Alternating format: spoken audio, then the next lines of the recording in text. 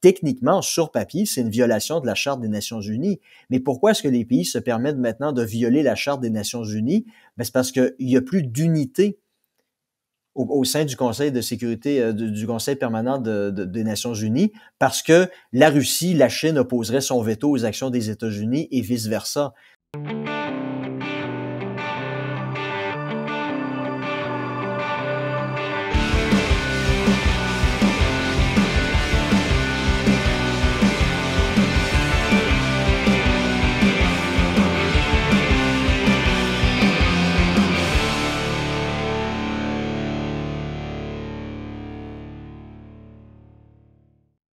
Bienvenue tout le monde dans le podcast. Comme vous l'entendez ou vous le voyez, Yann n'est pas là. Prendre une petite semaine off cette semaine. Fait que quoi de mieux lors d'un lundi 11 août où il va faire 72 degrés Celsius que de parler un peu de géopolitique. Fait que Jean-François est avec nous autres ce matin, prof Caron.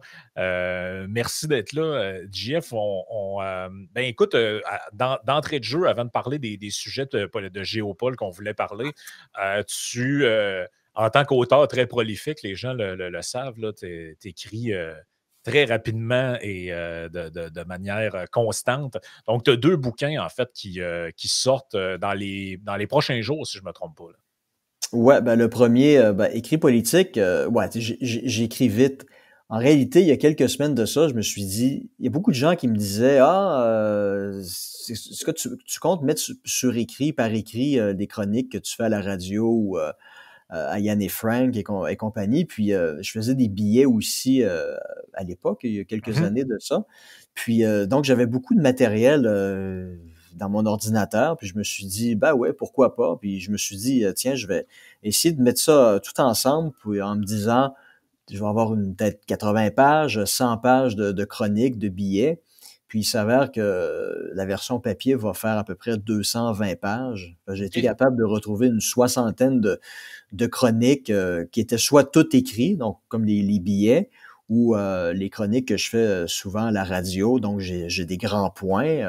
Donc il me restait juste là, à rajouter quelques détails autour. Puis donc c'est ça. Donc tous les écrits politiques que j'ai produit depuis 2022 se retrouve dans ce petit recueil-là. La première partie, c'est des écrits plus politiques internationales. Donc, par exemple, le texte de mon allocution à la Chambre des communes qui a été annulé, c'est le premier texte dans le livre, dans la partie relations internationales. J'analyse la victoire de Trump, la politique russe, évidemment, vers quoi le monde de demain est en train de se diriger, à quoi les relations internationales de demain vont ressembler. Puis dans la deuxième partie, c'est des écrits davantage autour du Québec, où j'aborde différentes questions comme l'effondrement, la faillite du modèle québécois, le wokisme et plein d'autres sujets comme ça là, que j'ai déjà abordé avec vous, avec Moret, à Choix. Donc, ça va sortir mercredi. Oui, vous allez en avoir pour une soixantaine de chroniques, 220 pages. Puis c'est des petits textes qui peuvent se lire très rapidement là, avant d'aller se coucher, par exemple. Là, exact. Un 10-15 minutes, là, vous pouvez passer à travers une chronique. Exact. Et donc là, on a le format, les gens peuvent déjà précommander là, le format Kindle et dans 2 jours, il y aura le format papier qui va apparaître, là, c'est ça. Qui va apparaître sur Amazon. Et dans un volet plus académique, tu sors également ce bouquin sur l'intelligence artificielle, donc Artificial Intelligence and Life in the Fourth Industrial Revolution, qui est un peu un prolongement de la réflexion que tu avais quand on a fait la conférence. Oui, en décembre dernier. En décembre dernier à la Seine-le-Bourgneuf, donc qu'on avait appelé vers un grand remplacement technologique. Donc, c'est toutes ces questions-là là, que tu abordes là-dedans. Donc, un livre. Est-ce que tu prévois une version franco pour celui-là un jour? Ou, à moins qu'un éditeur veuille acheter les droits. OK, oui. Ce sera possible avec l'intelligence artificielle, justement, là, très rapidement de faire une version française. Mais en ce moment, à moins qu'un éditeur, c'est ça, se pointe le bout du nez, montre son intérêt, Pour l'instant, ça va être que la version anglophone. Donc, dans ce livre-là, ben, je fais une évaluation des différents défis politiques et sociaux de l'intelligence artificielle. Donc, le premier chapitre, c'est un peu un condensé de ce qu'on avait discuté en décembre dernier. Donc, qu'est-ce que l'intelligence? Avant de parler d'intelligence artificielle, il faut se poser la question, c'est quoi l'intelligence, en quoi ça consiste? Et ça nous permet de mieux comprendre par la suite quelles sont les différences entre l'intelligence humaine et la soi-disant intelligence artificielle. Donc, quelles sont les différences? Et par la suite, j'analyse différentes conséquences. Donc, l'impact des technologies de l'IA sur un renouveau démocratique peut-être sur l'avenir des relations interpersonnelles. On n'a jamais été aussi connectés que jamais auparavant dans l'histoire du monde. Or, les gens sont paradoxalement de plus en plus seuls, se sentent de plus en plus seuls. Donc, comment est-ce qu'on peut expliquer ce paradoxe-là? La question de l'automatisation des emplois, la question aussi de l'éducation que je trouve absolument fondamentale là, comme prof d'université, parce que nous, depuis l'apparition de ChatGPT, il y a quelques années de ça, nos étudiants, ils prennent là, le logiciel pour rédiger leurs travaux de session. Là. On n'est pas stupide, on n'est pas con, on le sait comment il fonctionne. Et là, il y a beaucoup de gens qui se disent, mais c'est quoi l'avenir de l'éducation? Tu sais, si les habilités qu'on enseigne à nos étudiants sont appelées à être automatisées par des logiciels comme ChatGPT, ben, à quoi on sert? Puis c'est une bonne question à se poser. Puis dans cette perspective-là, c'est effectivement des habilités centrales qui sont enseignées depuis presque toujours, sont appelées à être remplacées. Ben, comment est-ce que les universités doivent se réorienter? Quel genre de nouvelles connaissances, de nouveaux acquis, de nouvelles habilités vont devoir favoriser auprès des étudiants? Parce que quoi ça sert, tu sais, d'étudier à Harvard, payer 50, 60 000 $ US par année, si on t'enseigne des habiletés qui, dans le monde de demain, seront absolument pas utiles parce qu'elles vont être automatisées.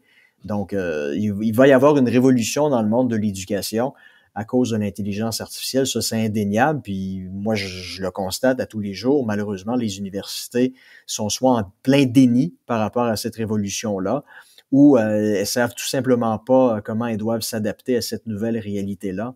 Donc, vous avez 10 chapitres comme ça, pour à peu près encore un autre 220 pages là, de différentes analyses sur l'impact des technologies et de l'IA sur le monde de demain.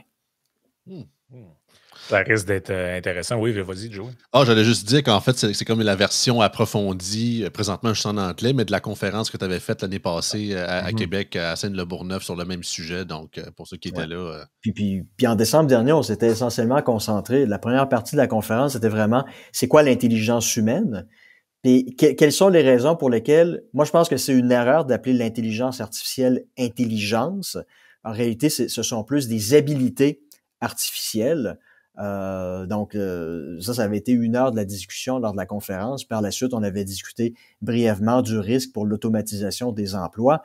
Mais il y a plein d'autres sujets comme l'avenir de l'éducation, l'avenir des relations interpersonnelles, le soutien aux aînés aussi. Qu'est-ce que ça signifie, l'impact des technologies? Autant où les technologies peuvent venir en aide, apporter un certain appui aux personnes âgées qui vivent seules ou qui sont en perte d'autonomie, ce qui est génial. Ça vient aussi avec des éléments négatifs qu'on doit aussi considérer. Donc, il y a beaucoup plus dans le livre que simplement une synthèse de la conférence du mois de décembre. Absolument.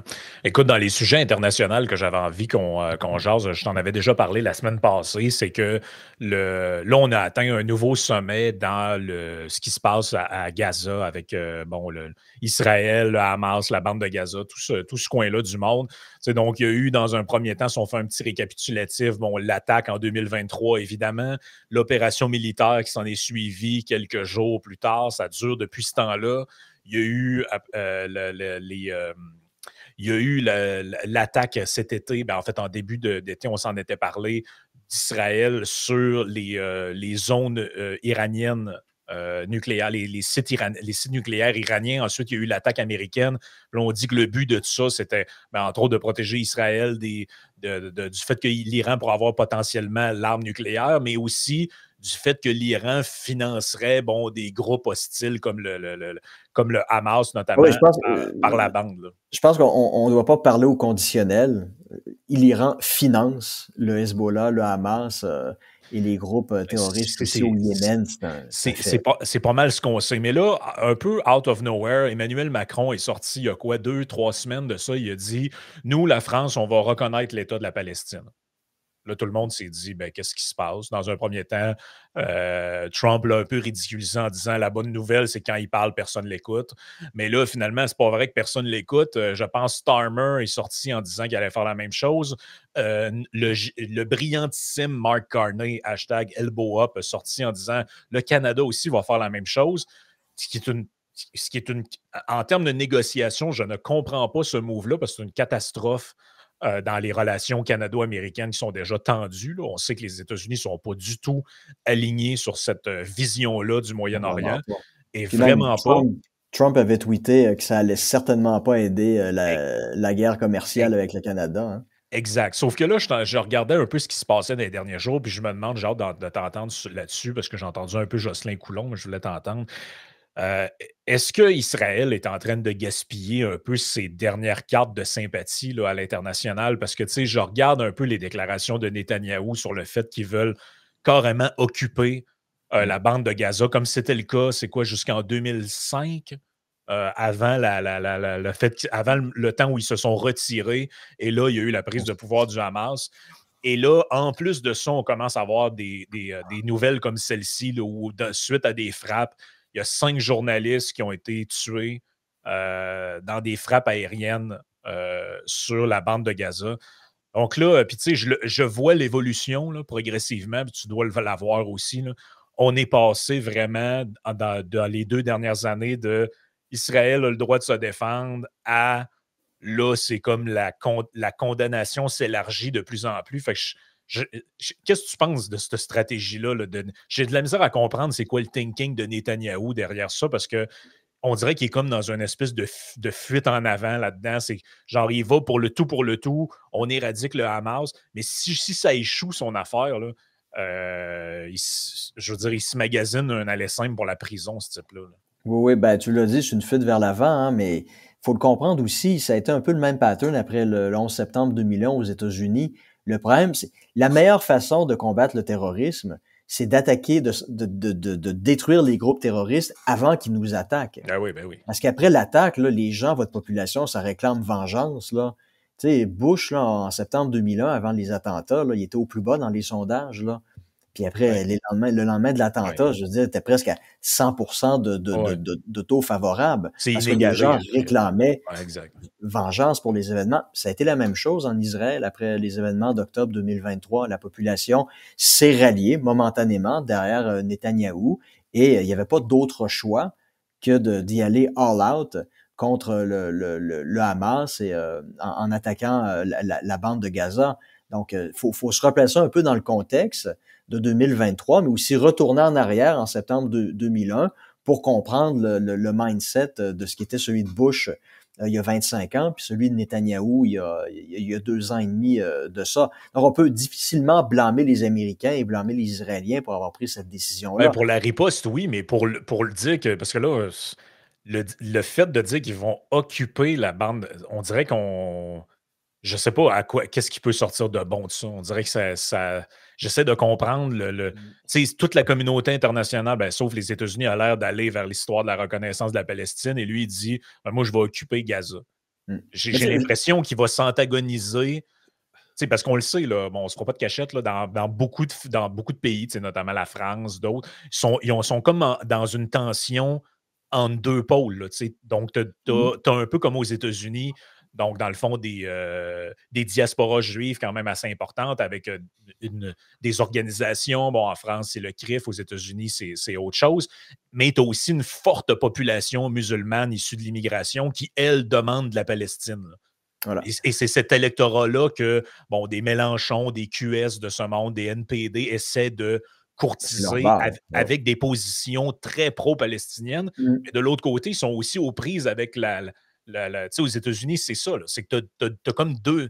Ça revient un peu au même sujet, puis on en parlera après, de l'Ukraine et de la Russie. C'est dans le fond, c'est quelle diaspora va être la plus puissante, puis qui va être capable de tirer le plus le politicien vers son intérêt ou son intérêt présumé de sa communauté. C'est ça, les conflits mondiaux aujourd'hui s'exportent partout à travers le monde. Là. On le voit très bien depuis 2023, même au Québec, là. Mais c'est ça. Il faut dire qu'il y a déjà plus de 150 États dans le monde qui reconnaissent la Palestine comme État. Donc, il y en a beaucoup plus qui reconnaissent que ceux qui ne reconnaissent pas. Donc là, ce qui manquait, c'était des grands États, des membres permanents du Conseil de sécurité des Nations unies pour le faire. Et c'est ce que Macron a décidé de faire. Il était prêt à l'annoncer en mai-juin dernier, mais les événements du moment l'ont empêché de le faire. Et puis, c'est ça. Je pense qu'il y a principalement 3 raisons qui ont amené Macron à poser ce geste-là. Première raison, c'est qu'il y a une diaspora musulmane qui est très, très forte en France. Et puis, c'est dans l'optique là, de se rallier autant que possible les membres de cette communauté-là en posant un geste favorable envers la Palestine. C'est aussi une façon d'envoyer un message à Trump, aux Américains, avec lesquels les Européens, le Canada sont maintenant en conflits commerciaux depuis plusieurs mois. Donc, c'est une façon, en quelque sorte, c'est très symbolique, mais de lui rendre un peu l'appareil et de poser un geste qui va aller à l'encontre des intérêts stratégiques des États-Unis. Donc, je pense que pour Macron, c'est les deux raisons principales. Puis l'autre raison, c'est ça. Il y a des membres de la communauté internationale qui commencent à réaliser que ce qu'Israël fait dans la bande de Gaza, ça va trop loin. Ça mine sur le long terme la possibilité qu'il puisse y avoir un processus de paix. C'est ça. C'est non seulement dans la bande de Gaza, mais aussi une multiplication des colonies en Cisjordanie. Et donc, l'idée, c'est de renverser en quelque sorte la vapeur pour redonner un petit peu de légitimité, de poids aux revendications des Palestiniens. Donc, je pense que c'est la troisième raison. Puis dans le cas de Carney, c'est pas nécessairement pour rallier la minorité musulmane à la cause du parti libéral. Je pense que globalement...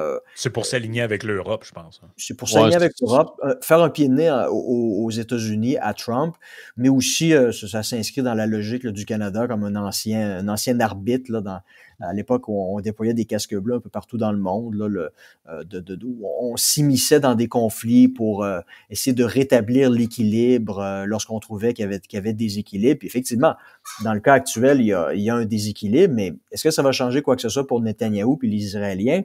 Pour lui, tant aussi longtemps que les Américains derrière eux s'en foutent de la France, là. Parce que dans une certaine façon, là, quand Macron parle, là, il n'y a personne qui l'écoute en Israël, là. Pas grand monde qui l'écoute à travers le monde non plus, là. Donc, pour Netanyahou, c'est pas quelque chose de si dramatique que ça, qu'il commence à y avoir une réaccélération du nombre de pays qui sont prêts à reconnaître la Palestine comme un État. Mais si on retourne un petit peu en arrière, la raison pour laquelle il y a près de 150 pays qui ont reconnu la Palestine comme État, c'était une récompense, en quelque sorte, à l'égard des Palestiniens, parce que dans les années 80, l'OLP, Yasser Arafat, jusqu'à ce moment-là, c'est un leader terroriste. Dans les années 60-70, l'OLP kidnappait des gens, détournait des avions un peu partout dans le monde. Et puis, Arafat a décidé à un certain moment que, on va abandonner l'option du terrorisme ou de la guérilla, puis on va passer à une option politique.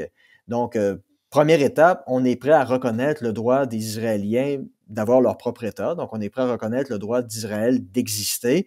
Si, en contrepartie, les Israéliens sont prêts à reconnaître le droit des Palestiniens à avoir aussi leur État. Donc, à partir de ce moment-là, c'est fini le terrorisme. On passe à la table de négociation, puis on va trouver une sortie politique à ce conflit-là. On va sortir du cycle quasi éternel de la violence. Puis c'est à partir de ce moment-là où tu as beaucoup d'États qui ont reconnu la Palestine comme État, parce que là, c'était une forme de récompense. Donc maintenant, vous avez abandonné l'option du terrorisme. On est prêt maintenant à vous donner le bénéfice du doute, à vous offrir la reconnaissance que vous méritez d'obtenir, d'avoir. Puis on espère que ça va faciliter le processus de paix. Puis à la fin des années 80, dans les années 90, il y a eu des accords de paix, il y a eu des accords d'Oslo, qui était prêt à reconnaître là, l'option des deux États pouvant cohabiter pacifiquement l'un à côté de l'autre. Mais le problème, c'est que lorsqu'il y a eu un transfert de la Cisjordanie, de la bande de Gaza à l'autorité palestinienne, malheureusement, surtout dans la bande de Gaza, lentement mais sûrement, le Hamas a accaparé le pouvoir politique, s'est débarrassé de l'opposition. et ont transformé la bande de Gaza comme étant un État ou en tout cas une bande de territoire dirigée par un groupe terroriste. Et c'est là où... Et le problème, c'est que depuis 2023, est-ce que vous avez entendu l'autorité palestinienne, Mahmoud Abbas, quotidiennement dénoncer les actions du Hamas? Ça, c'est ceux qui sont du côté de ce qu'on appelle en anglais West Bank, là, donc la Cisjordanie, c'est ça? C'est ça, mais Mahmoud Abbas, c'est le chef de l'autorité palestinienne qui contrôle, en tout cas, sur papier, la Cisjordanie et la bande de Gaza. Mais dans les faits, l'autorité palestinienne a perdu le contrôle de la bande de Gaza quand le Hamas en a pris le contrôle. Mais malgré tout, est-ce qu'on entend Mahmoud Abbas? Est-ce qu'on entend les gens de l'autorité palestinienne dénoncer ce que les gens du Hamas font? Est-ce qu'on entend ces gens-là réclamer le retour à un processus de paix? Est-ce qu'on entend Mahmoud Abbas dire aux Israéliens, on n'est pas d'accord avec la manière avec laquelle vous faites la guerre contre le Hamas dans la bande de Gaza, mais on comprend la raison pour laquelle vous faites cette guerre-là. Parce que Yasser Arafat, il y a 30 ans de ça, a pris la décision d'abandonner l'option du terrorisme, et on maintient cette position-là, et le Hamas n'est pas notre allié, le Hamas ne nous représente pas, ne représente pas les Palestiniens. Mais on les entend pas dire ça. À quelque part, si on les entendait dire ça, ça pourrait valoir une reconnaissance de la part d'autres États pour dire, ben voici, on reconnaît la Palestine comme un État parce qu'on veut que ça contribue à réaccélérer à nouveau le processus de paix par des voies politiques et non par des voies violentes ou des voies clairement terroristes, comme c'est le cas avec le Hamas. Donc, c'est la raison pour laquelle je trouve que, moi, personnellement, c'est une reconnaissance qui est malvenue. Parce que je crois pas que l'autorité palestinienne mérite cette reconnaissance-là ou l'a mérité depuis octobre 2023. On aurait dû les entendre davantage, et ce qui n'a pas été le cas. Et je trouve, pour cette raison-là, puis c'est une opinion très personnelle, puis je suis persuadé que les gens vont me critiquer pour ça, mais l'autorité palestinienne ne mérite pas cette reconnaissance-là, comme elle a pu la mériter dans les années 80, au début des années 90. Non, clairement, là, il s'est engagé dans un processus de paix par des voies uniquement politiques et non plus par des voies violentes. Mais qu'est-ce que ça en dit sur les relations, en fait, la géopolitique en général, prof? Parce que tu parlais des casques bleus tantôt. Pour certaines personnes, à cette heure maintenant, disons qu'il y a une certaine époque, même on pourrait même dire que les Nations Unies, pour certains, deviennent de plus en plus, en tout cas dans sa forme, une forme d'un peu tranquillement, mais une relique, dans le principe aussi que quand ça a été fondé, à l'époque, du moins, la majorité des pays développés avaient comme leur propre technique ou leur propre manière unique à eux autres de vouloir régler les problèmes qu'il y avait sur sa boule. Mais là, avec de plus en plus de diaspora dans différents pays d'Occident qui font que c'est rendu pas mal, tout le monde pense relativement pareil sur plusieurs enjeux spécifiques de géopolitique, ben c'est rendu que, autant que, on va dire, comme mon prof de cégep de géopolitique disait, les Nations Unies, il dit ça serait de la chenoute de ne pas l'avoir, mais c'est de la chenoute de l'avoir aussi, là, dans le sens qu'il n'y a pas de ni pour ni contre là-dessus. Fait que je serais curieux de t'entendre là-dedans. Est-ce que c'est encore, ça peut être le lien avec la reconnaissance de la Palestine, c'est encore aussi relevant qu'on le pense, sachant qu'à cette heure, à part pour les pays qui sont encore, je dirais pas sous-développés, mais en tout cas moins développés que l'Occident, en termes d'originalité, de géopolitique, c'est rendu quasiment du copier-coller. Ouais. Ben écoute, c'est un chapitre là, du livre dans les écrits politiques. C'est un long chapitre, en fait. J'essaie d'analyser l'effritement du monde de 1945, parce qu'en 1945, par la Charte des Nations Unies, à l'article 2, alinéa 4, on a interdit tout recours à la force et toute menace de recours à la force contre la souveraineté d'un autre État. Donc, le recours à la force, la violence, était déclaré illégal en vertu de la Charte des Nations Unies 1945. Puis on se rend compte qu'aujourd'hui, le recours à la violence, c'est devenu un outil politique comme tant d'autres. Dans le cas de la Russie et de l'Ukraine, mais dans le cas aussi d'Israël contre l'Iran, les États-Unis qui collaborent avec Israël pour frapper l'Iran, c'est du recours à la force. Techniquement, sur papier, c'est une violation de la Charte des Nations Unies. Mais pourquoi est-ce que les pays se permettent maintenant de violer la Charte des Nations Unies? C'est parce qu'il n'y a plus d'unité au sein du Conseil de sécurité, du Conseil permanent des Nations Unies, parce que la Russie, la Chine opposerait son veto aux actions des États-Unis et vice-versa. Donc, en sachant que le Conseil de sécurité est devenu incapable de prendre des décisions qui s'imposent, là, maintenant, les États ont plus peur, en tout cas, les États puissants, évidemment, ils ont plus peur de recourir à la force comme simple outil politique pour régler des problèmes politiques, avec lesquels ils sont confrontés, alors que ça, c'était la volonté, il y a 80 ans de ça, de rendre ce recours-là illégal.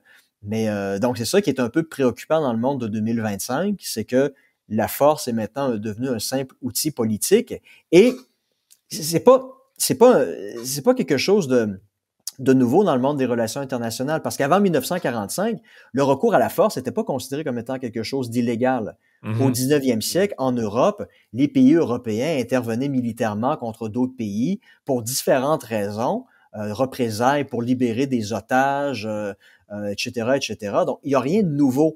Par contre, ce qui est unique aujourd'hui, c'est que si au 19e siècle, il y avait ce recours à la force-là, au moins tous les pays européens convergeaient dans leur compréhension de la raison pour laquelle la force pouvait être parfois nécessaire. Donc, tout le monde s'entendait si la France intervenait en Espagne, si la Grande-Bretagne intervenait en Grèce, si la France intervenait en Turquie. C'était pas dans l'objectif de prendre le contrôle de ces territoires-là. Ils étaient conscients que c'était une intervention de courte durée qui était très ciblée pour réaliser un objectif très, très, très précis. Donc, il y avait pas, et tout le monde comprenait une règle non écrite, qu'il n'y avait pas de risque que ça allait amener à l'explosion de conflits régionaux un peu partout dans le monde. Le problème, c'est qu'en 2025, il n'y a plus cette volonté-là de la part de la Russie, de la Chine, des États-Unis, de recourir à la force pour régler des problèmes spécifiques. Le recours à la force maintenant, c'est pour s'accaparer des territoires, c'est pour vraiment empêcher différents États de pouvoir poursuivre une politique publique X ou Y. Donc, c'est lorsqu'il n'y a pas d'accord sur la raison pour laquelle la force doit être utilisée, c'est là où il y a des risques accrus que le recours à la violence puisse dégénérer puis entraîner le déclenchement d'une guerre. C'était beaucoup moins le cas au 19e siècle, même s'il n'y avait pas de Nations unies ou de Société des Nations. Surtout que la guerre de Corée, prof, pour ceux qui ne connaissent pas, ben, ça a passé à un cheveu qui n'avait pas d'intervention parce que justement, à cause, en tout cas, tu l'expliqueras, là, mais c'était à cause que le siège ou le droit de vote de la Chine avait été reconnu uniquement à Taïwan à l'époque et non pas à la Chine communiste. Puis c'est comme le vote qui a balancé, qui a fait justement que l'intervention a pu se faire en Corée avec les forces des Nations unies. Mais s'il n'y aurait pas eu ça, ça ne serait pas arrivé. Fait que rendu là, on dit souvent, mais enlever juste le droit, ben ça n'arrivera jamais, là, mais enlever juste le droit des 5 membres permanents du Conseil de sécurité qui soient plus permanents, justement, puis qui en fait un genre pas de recyclage, mais une certaine circulation pour qu'en fait, mettons, pour une fois, qu'il y ait peut-être majoritairement des nations qui ne sont pas nécessairement occidentales qui fassent partie du Conseil de sécurité. Mais encore là, ça créerait d'autres problèmes aussi. Fait que rendu là, ça ne serait pas non plus augmenter le nombre de pays qui peuvent bloquer une résolution. C'est ça l'affaire. Déjà à 5, c'est compliqué. Des gens disent qu'il faudrait qu'il y ait le Japon, il faudrait qu'il y ait l'Allemagne aussi, peut-être un pays africain, peut-être l'Afrique du Sud. Ouais, mais là, c'est déjà, à l'heure actuelle, ça ne fonctionne pas à 5. Simplement s'imaginer à quoi ça ressemblerait à 10. Puis dans cette perspective-là, à quoi ça servirait d'ajouter des pays avec un droit de veto si déjà à 5, il n'y a pas de décisions qui peuvent être prises? Ça serait purement symbolique, puis ça ne changerait absolument rien à la dynamique du monde d'aujourd'hui. Puis la nouvelle donne, on en a parlé, mais qui n'avait pas à l'époque pré-1945, ou même si on remonte plus loin dans le temps, c'est vraiment ce qu'on disait par rapport aux diasporas. Donc oui, il y a toujours eu des mouvements de population puis tout ça, mais des grandes diasporas comme il y en a aujourd'hui un peu partout dans le monde, puis des communautés ethnico-religieuses qui sont localisées dans divers pays puis qui influencent la politique internationale, c'est vraiment une nouveauté du 20e, puis même, je dirais, du 21e siècle qui prend de plus en plus de place. Même, je fais le pont avec le deuxième sujet dont on voulait parler, peut-être brièvement. Vite là-dessus, oui et non. Il ne faut pas oublier, pendant la Première Guerre mondiale, la Deuxième Guerre mondiale, aux États-Unis, il y avait beaucoup de craintes. Parce qu'il y a toujours une grande minorité d'origine italienne, allemande et japonaise, il ne faut pas l'oublier. Il y avait une crainte à l'époque, si les États-Unis entrent en guerre, la diaspora italienne, comment est-ce qu'elle va se comporter? Est-ce qu'elle va devenir une cinquième colonne? Aujourd'hui, ça s'est comme répandu, on dirait, à cause de l'immigration à l'entièreté des pays occidentaux. Puis le point que je faisais avec le deuxième sujet, qui est ce qui se passe un peu genre parce que là, il va y avoir un sommet. En fait, il y a le sommet Trump-Poutine, là, dans lequel on voulait imposer Zelensky dans cette rencontre-là. Bon, bref, tu pourras en parler dans quelques instants.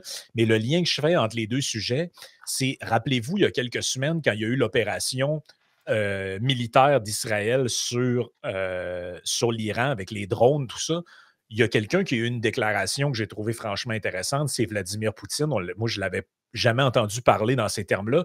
Mais on lui a demandé qu'est-ce qu'il pensait, parce que là, en gros, l'Iran, la Syrie, même avec la Russie, bon, il y a eu des accords à un moment donné circonstanciels, un peu pour des raisons économiques. Et lui aussi est pris avec cette dimension-là, Vladimir Poutine, parce qu'il a dit, vous savez quoi, en Israël, c'est une des plus grosses diasporas russes au monde. Ouais, 2 millions. Parce que beaucoup de citoyens israéliens, en fait, ce sont des Juifs qui ont fui la Russie à une certaine époque. Donc, Golda Meir était ukrainienne, je pense, ou russe, ou c'est ça.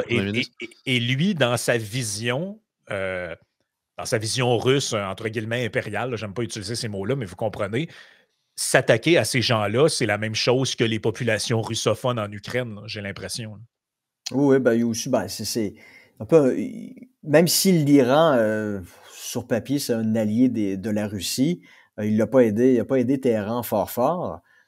Pourquoi? Parce qu'il y a à peu près 2 millions de russophones ou de juifs d'origine russe qui habitent en Israël, mais c'est aussi le fait que Israël n'a pas coupé les canaux diplomatiques depuis 2022. Puis on se doute aussi que c'est par le biais, entre autres, d'Israël, pas uniquement d'Israël, qu'il y a du matériel sous sanction qui arrive là à entrer en Russie. Donc, c'était pas dans l'intérêt stratégique de Poutine de blâmer Israël pour ses actions contre l'Iran. Donc, oui, ça joue inévitablement dans la décision des chefs d'État lorsqu'ils doivent prendre une décision, se positionner politiquement.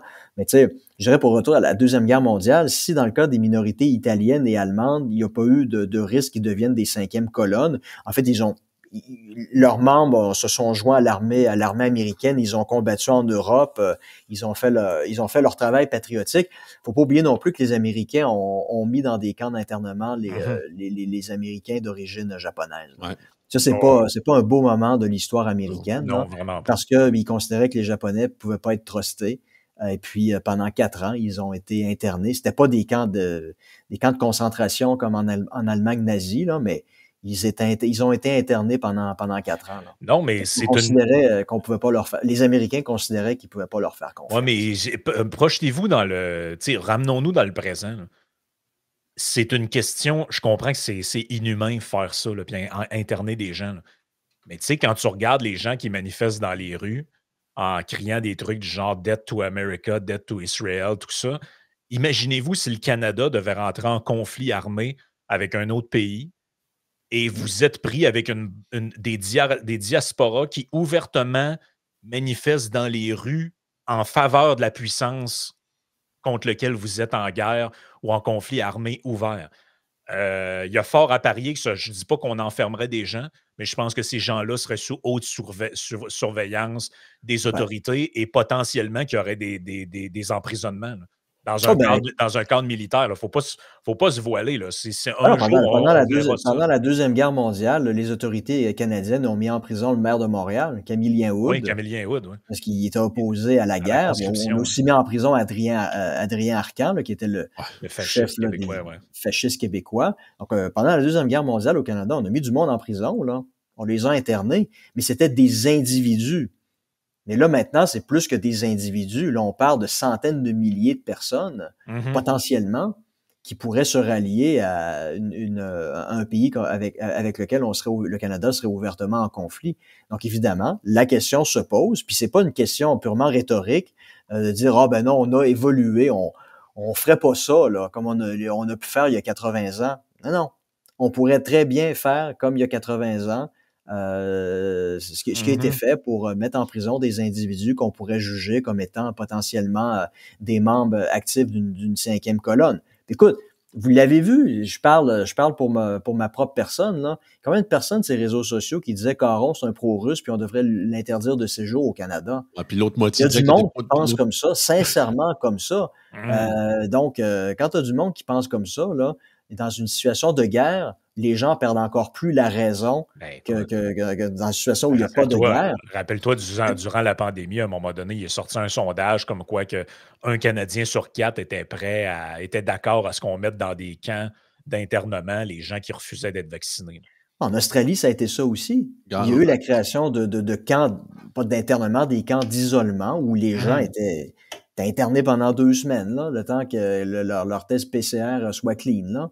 Regarde, ça s'est produit, pas il y a 80 ans, ça s'est produit il y a 5 ans à peine. Là. Il y a 4-5 ans. Donc, mais le problème, c'est que, contrairement il y a 80 ans, lors de la Deuxième Guerre mondiale, où on internait davantage des individus qui symboliquement représentaient une certaine cause avec laquelle on était en désaccord. Là, comme tu dis, c'est potentiellement des centaines de milliers de personnes qui seraient minimalement placées sous surveillance. On pourrait avoir une imposition de la loi martiale ou l'équivalent de la loi des mesures de guerre, où ces gens-là, leur compte en banque pourrait être suspendu. Ben, écoute, il y a une vidéo célèbre puis je sais que c'est un personnage décédé aujourd'hui, mais très controversé en son temps, là. Mais la célèbre vidéo de Jean-Marie Le Pen où il est sur un plateau de télévision français et il dit si jamais la France devait être en conflit armé, comme c'est déjà arrivé avec l'Algérie, dans quelle équipe joueraient les Français d'origine algérienne qui sont partout sur le territoire? Est-ce qu'ils se combattraient ouvertement contre notre pays?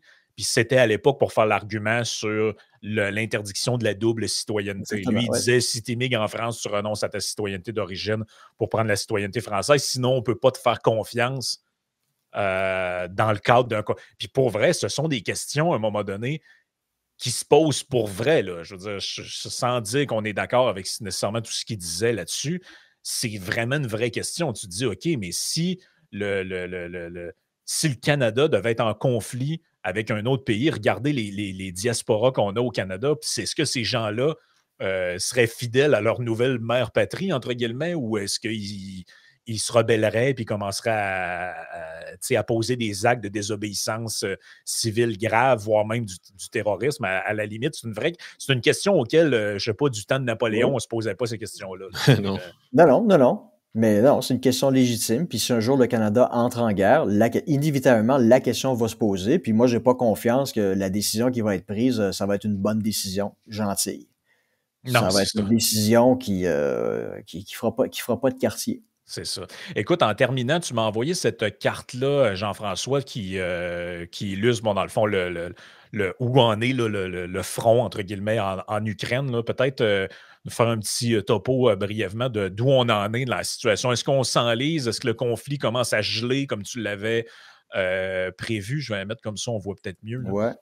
Ben c'est ça, là, vendredi, c'est prévu. Est-ce que la rencontre va bel et bien avoir lieu? Ça reste à voir, ça peut être annulé à la dernière minute, mais Trump devrait rencontrer Poutine en Alaska.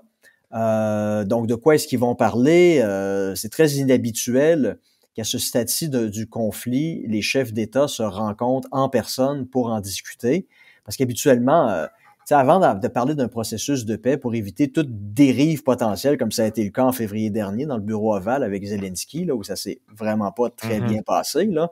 Donc, l'idée, c'est que vous avez les subalternes qui discutent de tous les détails et uniquement lorsque tous les détails ont été réglés, les gens se sont entendus sur la nature d'un traité de paix. C'est là où les chefs d'État se rencontrent pour se serrer la main, signer le document, faire une petite conférence de presse, puis après ça, ça s'en va chacun de son côté, là. Donc, c'est très, très, très étonnant qu'à ce stade-ci du conflit, alors qu'il n'y a pas vraiment de négociation, qu'il y a eu des débuts de négociation, c'est vrai, mais piétine, ça n'a pas vraiment avancé, que les chefs d'État se rencontrent à ce moment-ci. On peut se poser la question. Les relations s'étaient un peu envenimées, hein, Jean-François, excuse-moi de te couper, là, mais Trump, rappelez-vous qu'au mois de mai, il avait fait un long message sur Truth dans lequel il disait Putin has gone absolutely crazy. Dans lequel il disait je pensais qu'il était de bonne foi, finalement, il est rendu complètement fou. Ils vont bombarder des cibles civiles. Oui, c'est ça. Fait que là, un moment donné, on savait plutôt. C'est sûr que si votre référence, c'est Pierre Martin dans le Journal de Montréal, probablement que vous ne comprenez pas trop ce genre de sortie-là, là, parce que vous pensez que Trump est un pantin du Kremlin, mais en fait, Trump est un espèce de loose cannon. Là. Un jour, tu es son ami, le lendemain, tu es son ennemi. Moi, je compterais être Poutine. Le mois d'après, tu peux redevenir son ami. Exact. Fait on l'a vu avec Elon, là. Oui, exact. On l'a vu avec Elon. Donc, je te laisse continuer. C'est ça. Donc, c'est ça. Donc, on peut se poser la question, puis on peut en discuter. Qu'est-ce qui peut sortir de la rencontre, puis quelles sont les motivations de Poutine et de Trump pour se rencontrer. Mais avant de parler de ça, je voulais rapidement revenir sur la situation militaire, parce que ça faisait un peu plus d'1 an que les Russes essayaient de prendre la ville de Tchassivyar, puis vous voyez très bien sur la carte, Tchassivyar, c'est une ville-forteresse en hauteur, séparée par un canal.